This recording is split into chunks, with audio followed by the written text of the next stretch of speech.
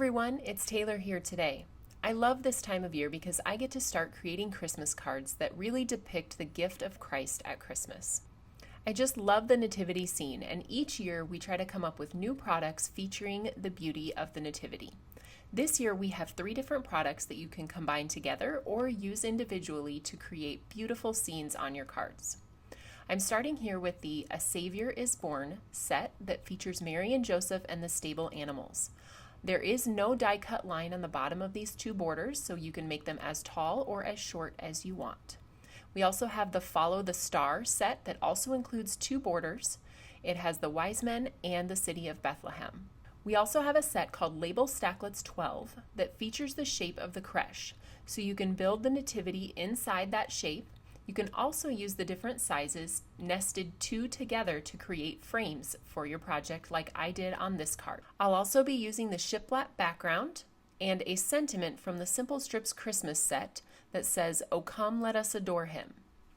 For the nativity scene skyline, I'll be blending using my blender brushes and 3 different colors of ink: Sprinkles, Blueberry, and Eggplant.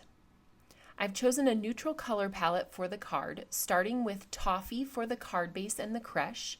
I'll use Sugar Cube for blending, and then I have Sea Salt, Earl Grey, and Poppy Seed.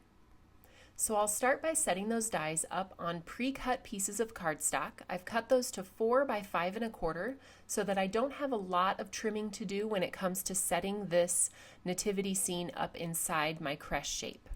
I'm using 2 of those stacklets to create the frame for the nativity scene, and then I'm going to run everything through the die cut machine here to just easily cut out those borders.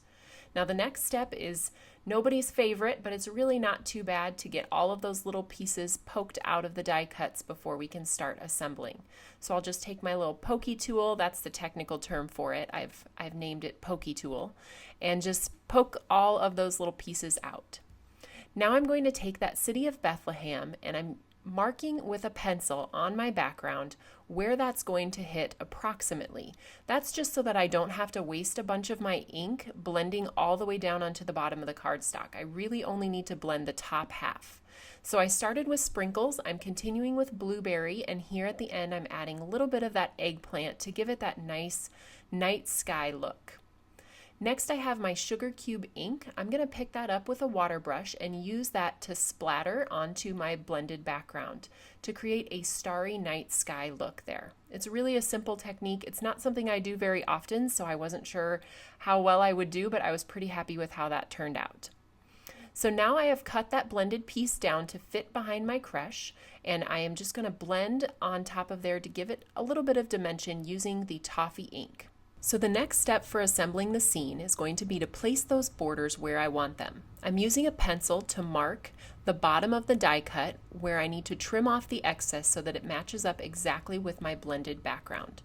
I'm adhering that down with liquid glue before moving to the next border, moving it slightly to the side and marking with a pencil so that I know exactly where to put that second layer. Now for the manger scene, I am cutting off my excess along the bottom, and then I will be using foam sticky strips to adhere this layer to give it a little bit of extra dimension. So you can just trim those. They're nice 5 1/2 inches long, and the backing paper comes off just perfectly. I can't even say enough good things about this adhesive. I'm loving it. So for the last layer, I have just a tiny bit to cut off of the bottom there, the stable animals, and then I will adhere that with liquid glue directly over the top of the last layer. Now I need to add foam tape so that I pop the top of my frame up at the same distance that I used for that Mary and Joseph border. So everything should be popped up. We have 4 different sentiments in the Simple Strip set that would work perfectly for this card. I've decided to use "O Come Let Us Adore Him," so I will just adhere that with liquid glue towards the bottom of my card. And then I'm going to finish that card front by stamping it with the Shiplap background. So a little trick here, if you have a card base that you are stamping with a background, I like to put a little bit of adhesive in the inside of my card, just a tiny bit, to keep it closed while I'm stamping in case I want to close twice. And then I'll use one of those adhesive remover squares in order to get that excess adhesive off of the inside of my card.